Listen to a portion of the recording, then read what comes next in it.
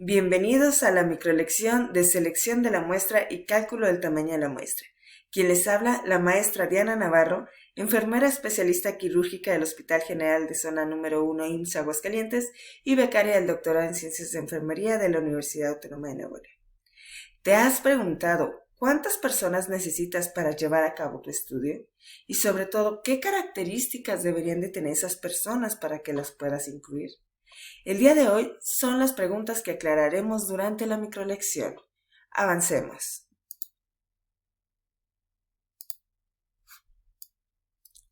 En primera instancia, esta microlección te responde a la pregunta ¿quiénes pueden participar?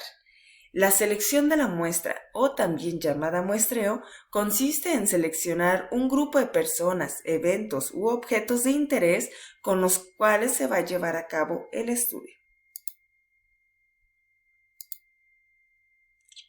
Para ello estaremos empleando una serie de conceptos que serán parte de la jerga específica del apartado de la sección de metodología, específicamente en la muestra, y para ello vamos a considerar que la población de estudio se va a identificar a partir de la letra N mayúscula.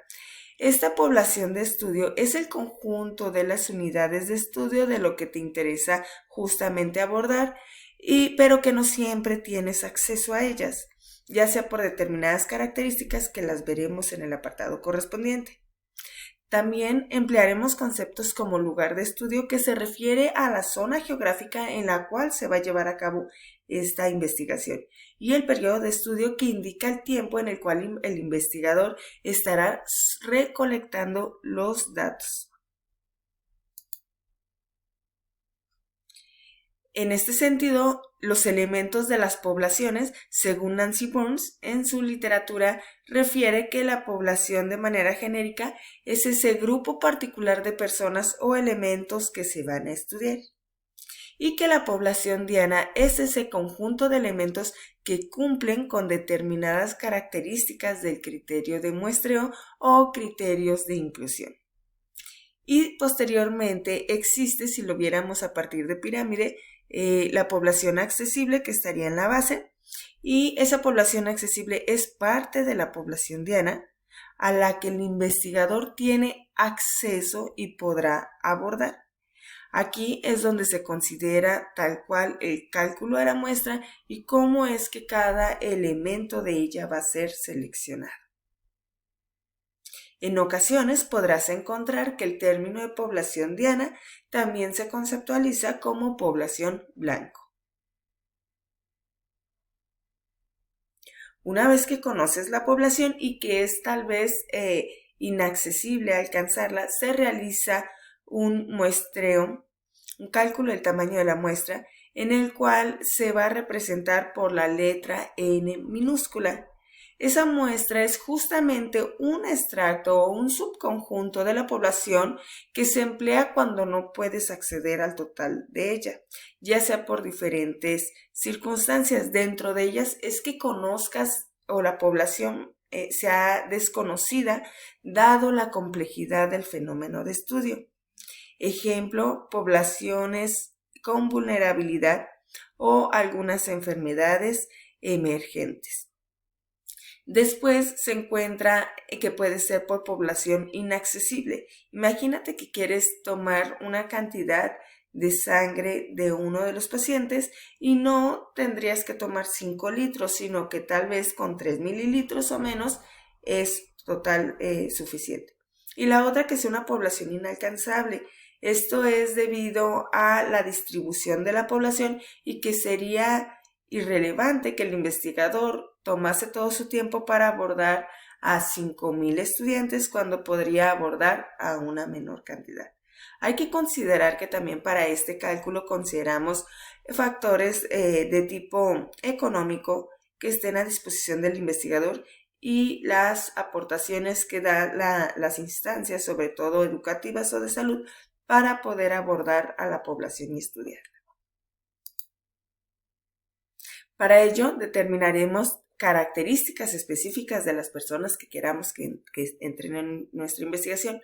El primero de ellos, los criterios de muestreo o de elegibilidad. En el primero de ellos se encuentran los criterios de inclusión. Estos criterios de inclusión son las características que ha de poseer el sujeto para formar parte de la población.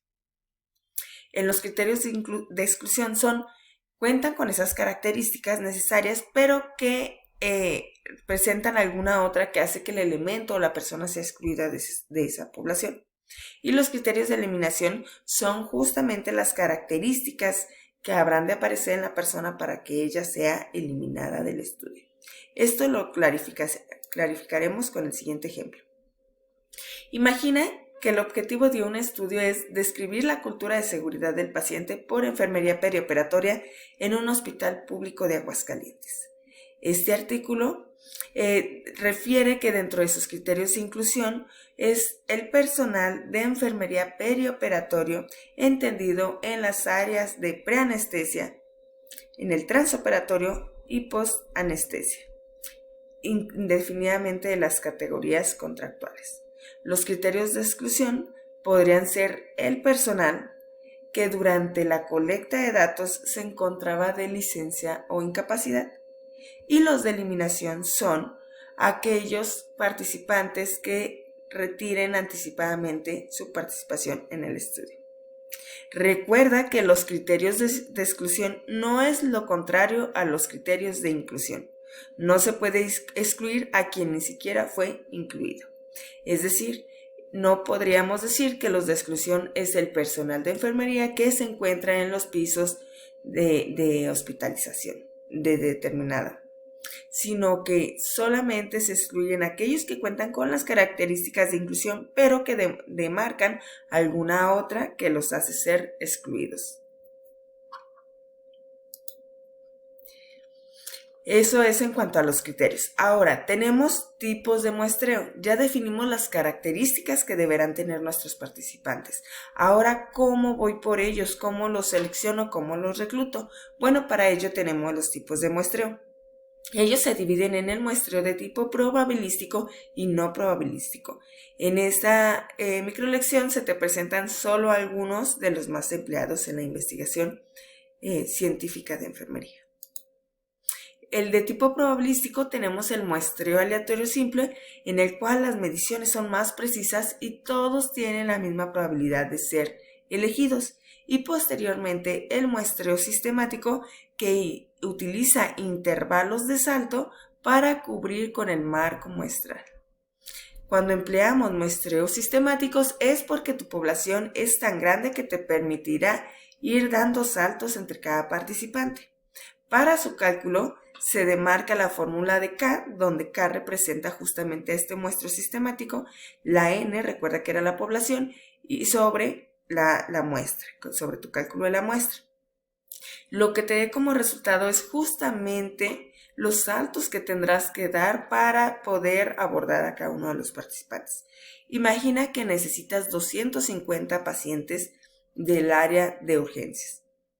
Y si lo hicieras a partir de varias instituciones de salud, tendrías el listado de las personas que estuvieran en ese momento, y una vez que tengas ese listado muestral, a partir de este cálculo, si hicieras esta operación y te diera como resultado el número 2, el primer paciente se selecciona de manera aleatoria. Y a partir de ese paciente seleccionado de manera aleatoria, tú tendrás que ir contando 2 lugares para seleccionar al siguiente. Y así en cada uno hasta llegar a tus 250 pacientes, que son los que necesitas. Después se encuentra el muestreo aleatorio estratificado, en la cual la representación de cada estrato en la muestra, es decir, que tus grupos son heterogéneos, pero los elementos que se encuentran dentro de esos grupos son homogéneos.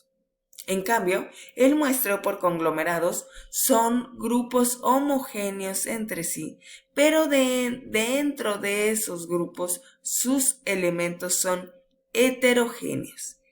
Tú esto lo podrás adecuar dependiendo a la intencionalidad de tu investigación y el propósito justamente del mismo. Imagina que tú quieres abordar a los adolescentes de diversos grupos o carreras de bachiller. En este sentido, según tu intencionalidad, podrás hacer un muestreo estratificado o bien un muestreo por conglomerados. Es decir, los conglomerados podrían ser los semestres que tomarás solamente alumnos de cuarto semestre. Esos son tus grupos homogéneos, pero dentro de ellos las personas van a ser heterogéneas, sobre todo si empezaras a mezclar algún tipo de carrera específica del bachiller. Después tenemos el muestreo no probabilístico. En él interesa hablar sobre el muestreo por cuotas, en los cuales se eligen a los primeros elementos que se presenten. Imagínate que tú quieres abordar a los 35 primeros pacientes que se presenten al área de urgencias. Eso es una cuota. Una vez que se presentan 35, te retiras para poder hacer tu análisis. Después tenemos el muestreo por bola de nieve, que generalmente se utiliza cuando la población es poco conveniente abordarla de manera más aperturada, o bien casos extremos o atípicos o de enfermedades emergentes o de algunos temas de interés de tipo sensible. Este muestreo por bola de nieve es utilizado justamente cuando los grupos se encuentran dispersos y entonces las unidades de estudio se encuentran entre sí. Imagina que quieres llevar a cabo una investigación sobre el consumo de sustancias no lícitas en preparatorias. Para no abordarlo de manera muy genérica, uno de los estudiantes que sea consumidor te dirige hacia otro y ese otro estudiante hacia otro, y así hasta que esa bola de nieve justamente crece, y es la manera de poderlos abordar.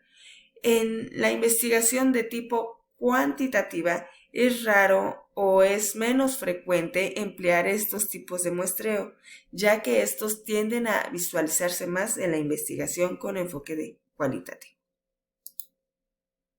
Después tenemos el muestreo por conveniencia o incidental. Este sí tiende, justamente por los recursos y el tiempo de los investigadores, a demarcarse en la investigación cuantitativa. Sin embargo, hay que hacer mención que el muestreo convencional, aunque es un criterio particular del investigador, puede tener un mayor sesgo y carecer de objetividad. Y después tenemos el muestreo intencionado, que a diferencia del anterior, eligen a las unidades que mayor información podrán aportar. Una vez que has establecido qué características deberían de tener tus participantes y cómo las reclutas, cómo las seleccionas, ahora pasamos a calcular cuántas personas son las que necesitas para que participen. En este sentido, el término de muestra define ese grupo seleccionado de personas o elementos, y que justamente esa muestra, por ser un subconjunto, te deberá de inferir o de representar a la población de estudio.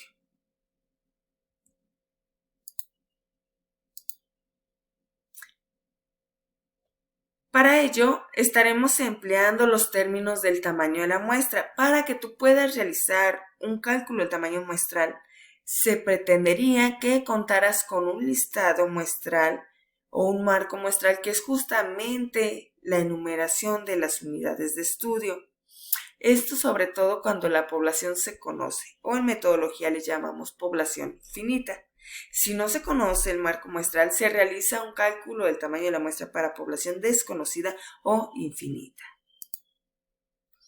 Para ello se han establecido una serie de fórmulas, y que el interés de presentarlas en este momento es solamente para que las diferencies, y entre una y otra la diferencia radica en el marco muestral conocido, conoces al tamaño de población, y en el marco muestral desconocido no lo conoces. Es importante aclarar que este cálculo te va a dar al número mínimo de personas que requieres para poder encuestar o llevar a cabo tu estudio.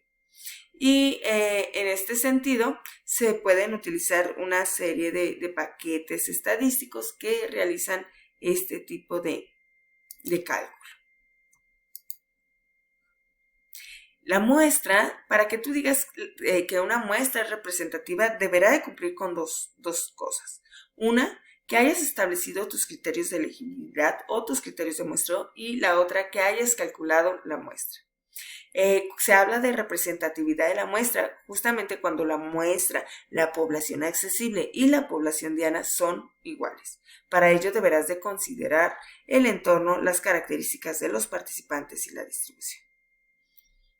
Y posteriormente vas a realizar el cálculo de la muestra conforme al propósito de tu estudio.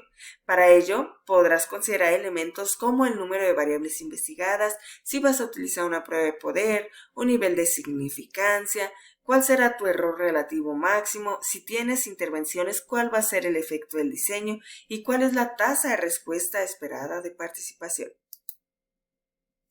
Esta laminilla te presenta algunos software más empleados para realizar el cálculo del tamaño de la muestra. Dentro de ellos Epidat, cada uno tendrá su respectivo link. Otro de ellos es EpiInfo, otro de ellos Enquiry y otro de ellos Question Pro. Cada uno de ellos, dependiendo el que quieras emplear, podrán tener algún costo y algunos otros son de manera gratuita. Específicamente el primero de ellos, Epidat. Esto que estás viendo es justamente la interfaz de ese software de Epidat, en el cual la ruta a seguir para que puedas calcular la muestra es que una vez descargando el programa e ingresando a la ventana, te va a aparecer toda tu pantalla en blanco, porque se irán desglosando opciones a medida que tú vas dando los clics. Una vez que aparece la interfaz en blanco, deberás de buscar la pestaña que diga módulos, después seleccionar muestreo y después cálculo del tamaño de la muestra.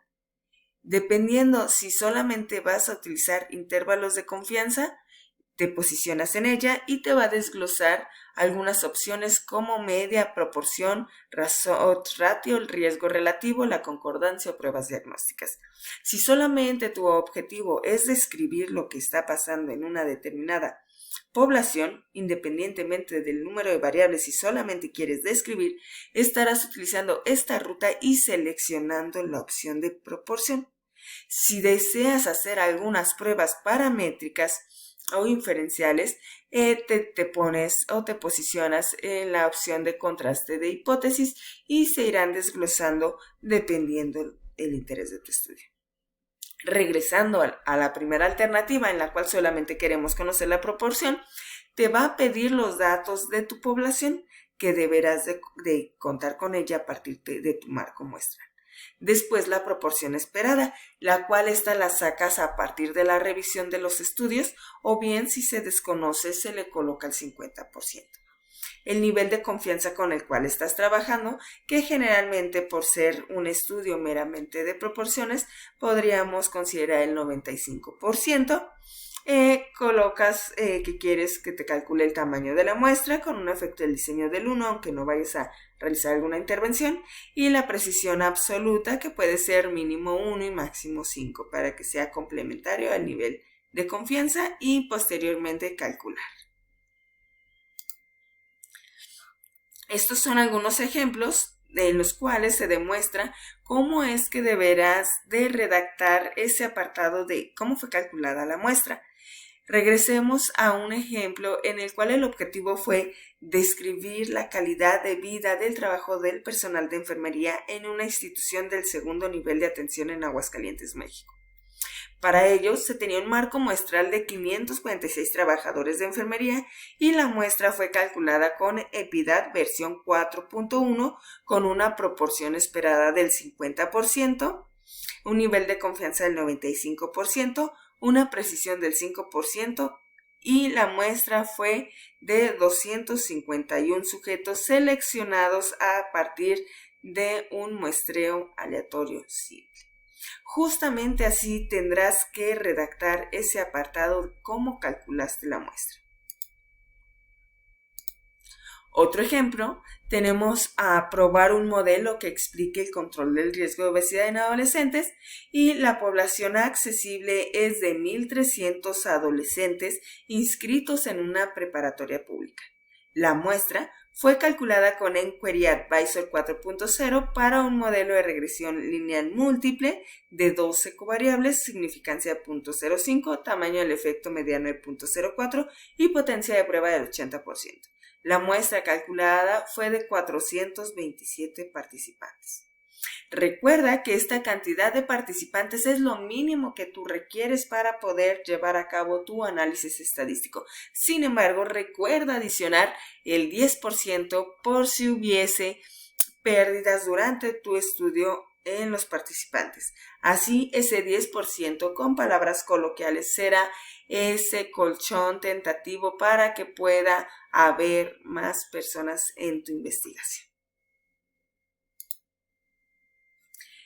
Algunas otras literatura en la cual podrás complementarla es el libro de Guevara de Protocolos de Investigación en Enfermería o bien el libro de Grob de Investigación en Enfermería.